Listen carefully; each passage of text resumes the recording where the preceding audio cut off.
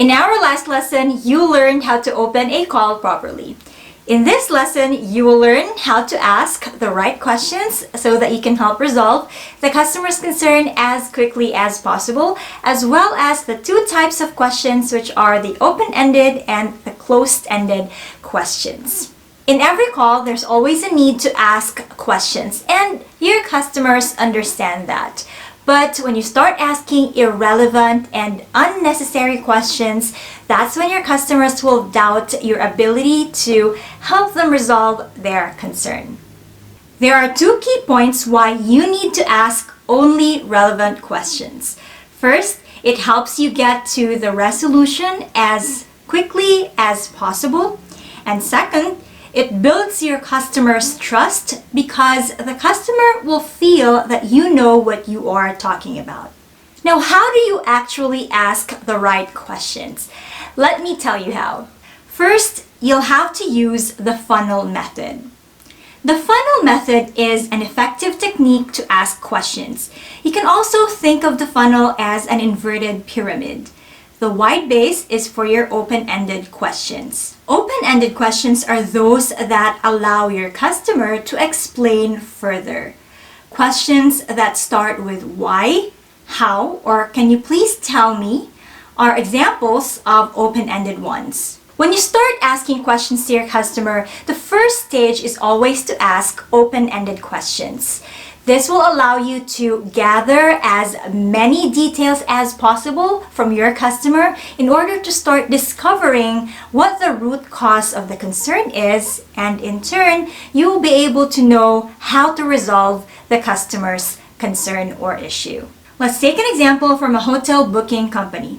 For example, you can ask, "Mr. Gomez, can you please tell me more about the type of room you want?" With that question, it will allow Mr. Gomez to explain to you what he wants in a room, which in turn would make it easier for you to offer what room is best for Mr. Gomez. The second stage is asking closed-ended questions to confirm and clarify. This line of questioning allows you to solidify understanding about what has been discussed. It will also show your customer that you are really listening and doing your best to resolve the issue. Closed-ended questions are those that provide a solid or clear confirmation, such as yes or no answers, or those that are answerable by one line only or one phrase only. Let me give you some examples. Would you like to include free breakfast in your booking? Would you like a queen-sized bed or 2 twin-sized beds? How many days are you staying in the hotel? Would you like to pay using a Visa credit card or MasterCard? The second way for you to make sure that you have a smooth conversation with your customer and that you know how to ask your follow-up questions is to listen and pay attention. When you listen to the full or complete answer of the customer without interrupting.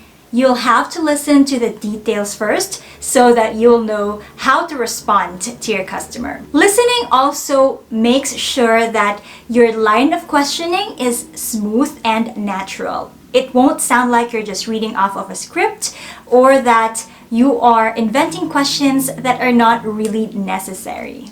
The third way for you to make sure that you're asking relevant or the right questions is to be sensitive. Being sensitive means that you are professional and you are mindful or careful about the choice of words that you are using when speaking with customers. I know this can be quite difficult, especially when you're speaking with a customer just as you would in your daily life. There may be words that you use that will make the customers feel bad or might make them feel that you don't really understand what they are going through or that you don't understand their question. Do your best to use only positive words and be genuine. Don't worry, because in our next lesson, you'll also learn how to use positive scripting or positive language. When I was training back in my previous company, I had to do a mock call or phone simulation with one of my trainees. So I was acting as the customer while my trainee was the agent or the customer service specialist. In our company, we offer different bank accounts to our customers. And we have a product for elderly customers and also for high school students.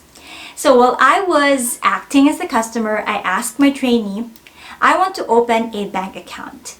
And then my trainee asked me back, are you a senior citizen or are you a teenager? So do you see what I mean? Those questions may seem harmless or normal or simple, but to customers, it might mean differently. Asking irrelevant questions gives a bad impression and may ruin your customers' trust in the company. In this case, the focus should not be on whether or not the customer is a senior citizen or a teenager. Both can open a bank account that fits their needs. Customers never have to feel like they're being asked a totally random or unnecessary question. Instead of asking, are you a senior citizen or are you a teenager? The questions and responses could have been, what kind of benefits or value are you looking to have from a bank account? We actually have some initial deposit requirements for each type of account. So may I know how much you're planning to deposit as a start? That response or line of questioning was a better one because it focuses only on what the customer might like about the product of the company.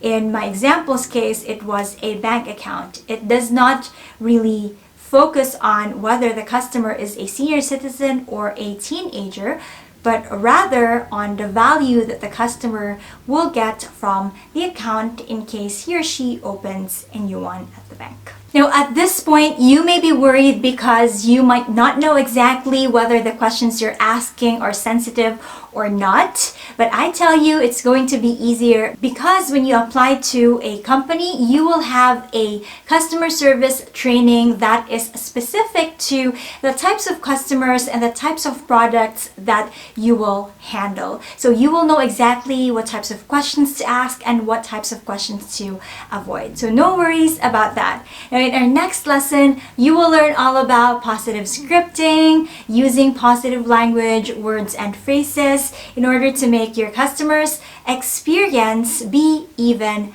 better.